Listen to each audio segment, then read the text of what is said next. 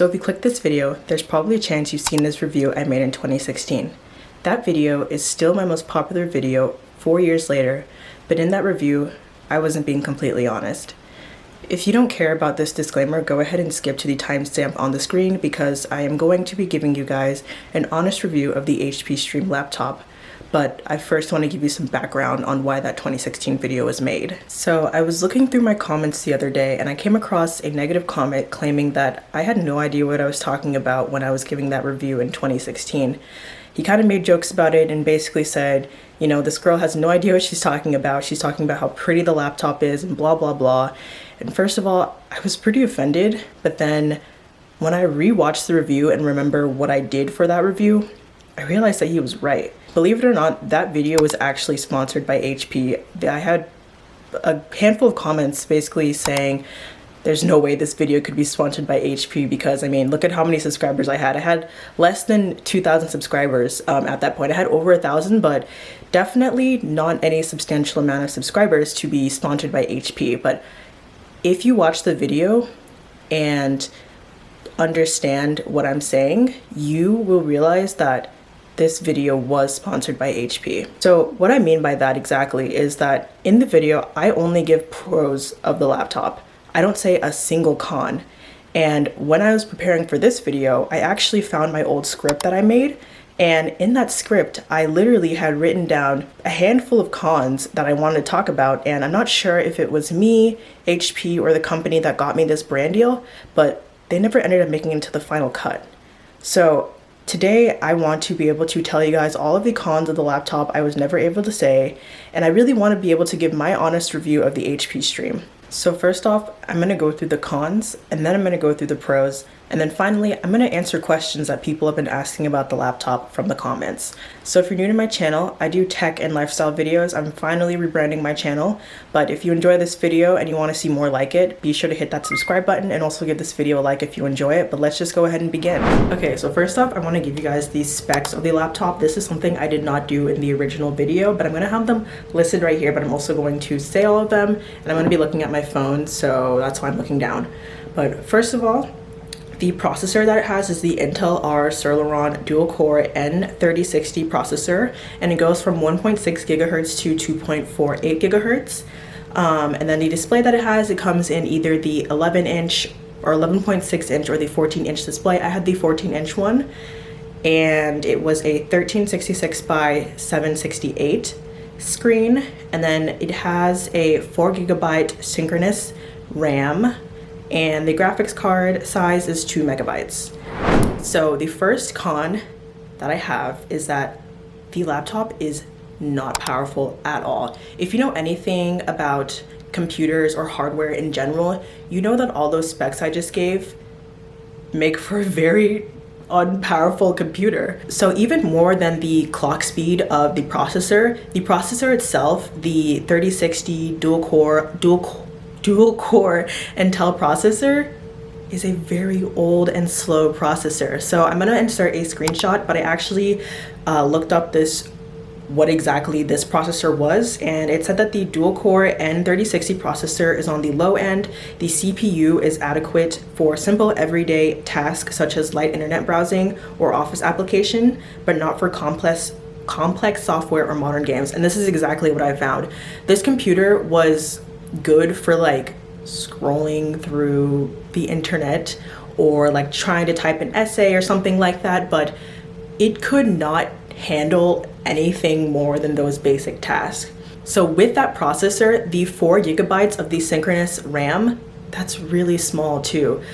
So that's going to create a slower computer as well, and also contributes to the fact that this computer is really not good for anything besides just surfing the web and checking your email and doing very light internet activities that you could probably do on your phone or like an iPad. I got a ton of questions. I will answer this in the Q&A, but basically asking if they could game on this laptop, and no way. There is no way you game on this laptop.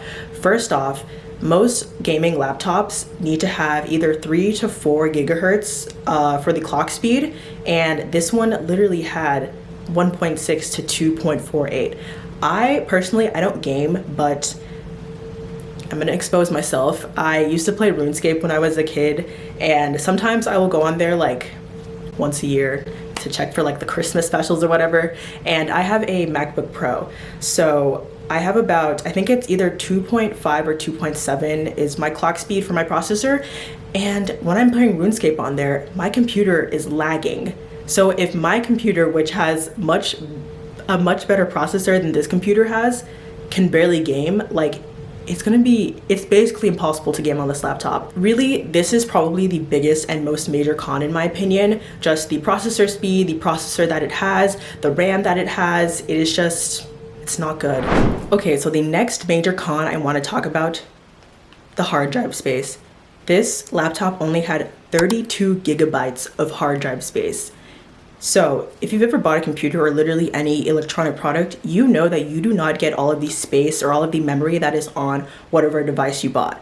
So with this computer, it was 32 gigabytes of space, but you're not getting 32 gigabytes of space. You're getting, I'm not exactly sure, but less than 32 because it has to have all these system softwares downloaded onto the computer already. That is not enough space, in my opinion, to really do anything. And on top of that, when your computer starts running out of space, your computer slows down. So on that note, you really can't save or download any like applications, or maybe if you want to start downloading, like mine went to code. Like if you want to download an IDE, even though that probably won't take up much space, but like let's say it takes up like a gig of space, like that's going to be space that you're eating up, and that's going to be space that's going to slow down your laptop. So you really won't be able to use all the functions of the laptop.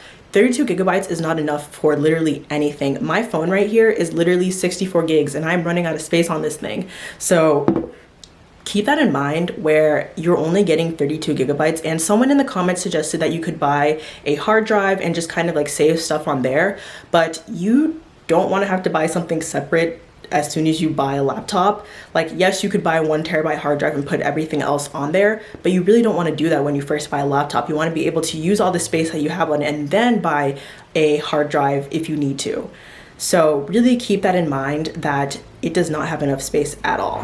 So the next con I want to talk about is actually the display of the laptop. So as I mentioned earlier, I have the 2015 MacBook Pro with the Retina display. So I'm pretty spoiled with that display, but this display was a whole nother level of bad, I should say.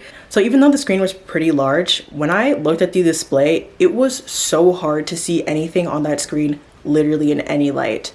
So every single time I used it, I really just kind of saw this blue, hazy, and like fuzzy tint on it. And in my opinion, the display just looked terrible. I did not like it at all. And it was something that actually really bothered me. And it's something that you need to consider if you want to use that laptop, because you're going to probably be spending a lot of time looking at it and you want to be looking at something that looks nice. And then the last con I have for the laptop is the trackpad. So I remember this really being an issue when I had it, and I remember being really annoyed with it, but basically it has very low sensitivity. I'm used to having a very sensitive trackpad where I'm just able to like tap it with one finger and then it clicks.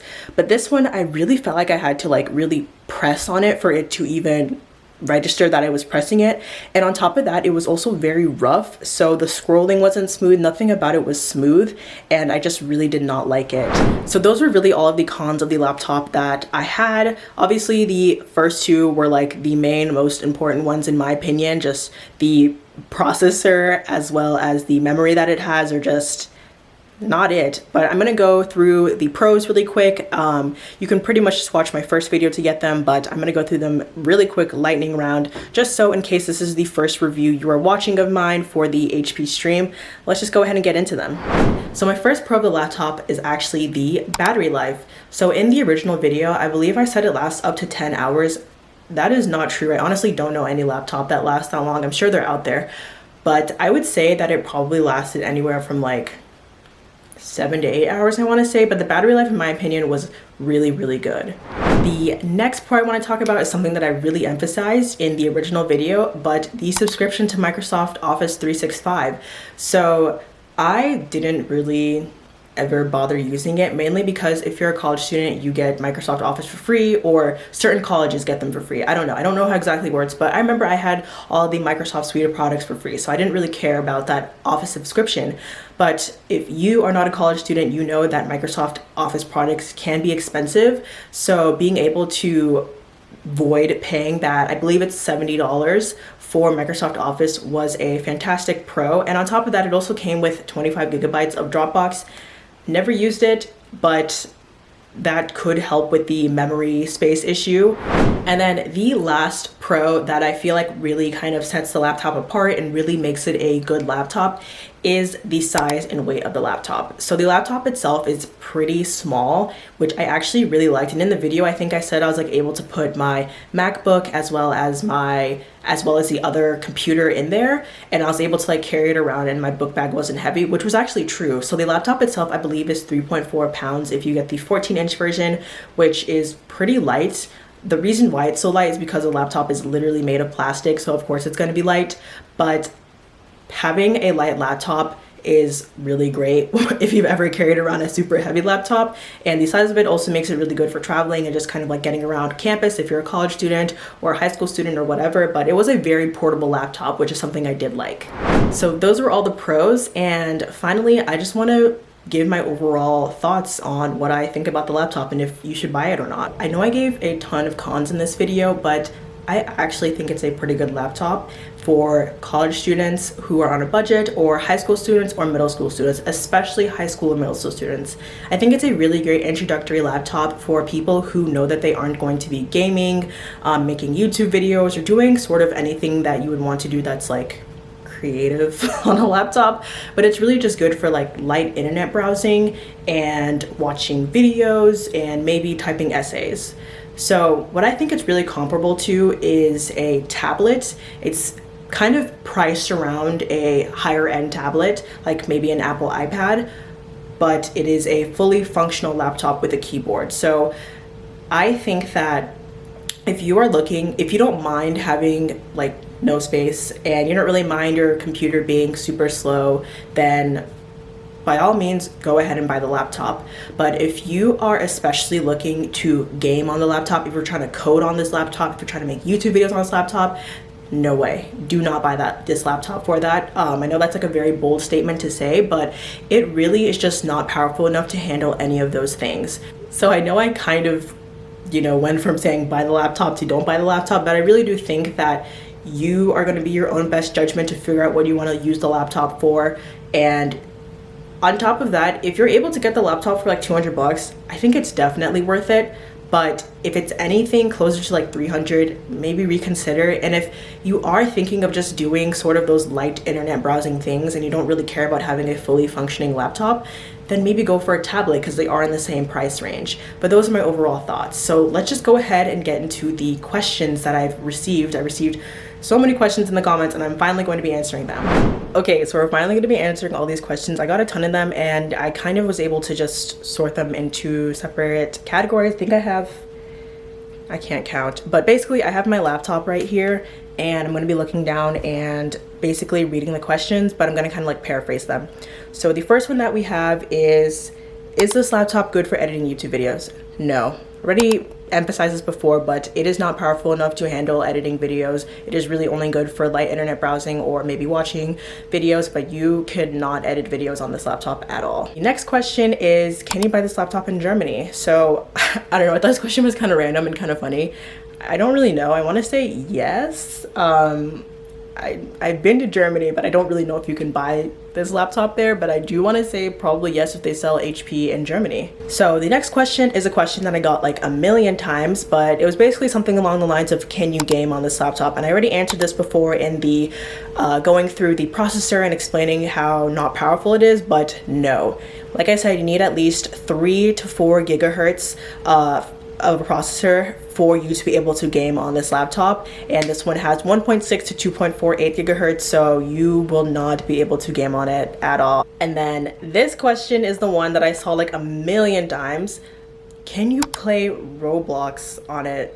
Hopefully I'm pronouncing that right. I've never played that game, or like I had to look it up. I've literally never played it before, but I'm gonna go with no because I don't think you can really game on this laptop, so I'm just gonna go with no. But I have no idea what that game is. If anyone knows what that game is and they can like clarify where maybe you can play on this computer, but I'm thinking that if you're trying to play a game that you like have to download, probably not. And then the next question I got is, in the video I kept on referencing and saying how I wasn't used to certain things like the OS that it has. I'm not used to Windows, I have a backlit keyboard, etc, etc. I have the early 2015 MacBook Pro. I've had it for about 4 years. I bought it in 2016. So that is what I was like comparing this laptop to. And I wasn't allowed to say that in the video. I remember I thought that was really strange, but it makes like a bunch of sense because you don't want to say competitors in a video.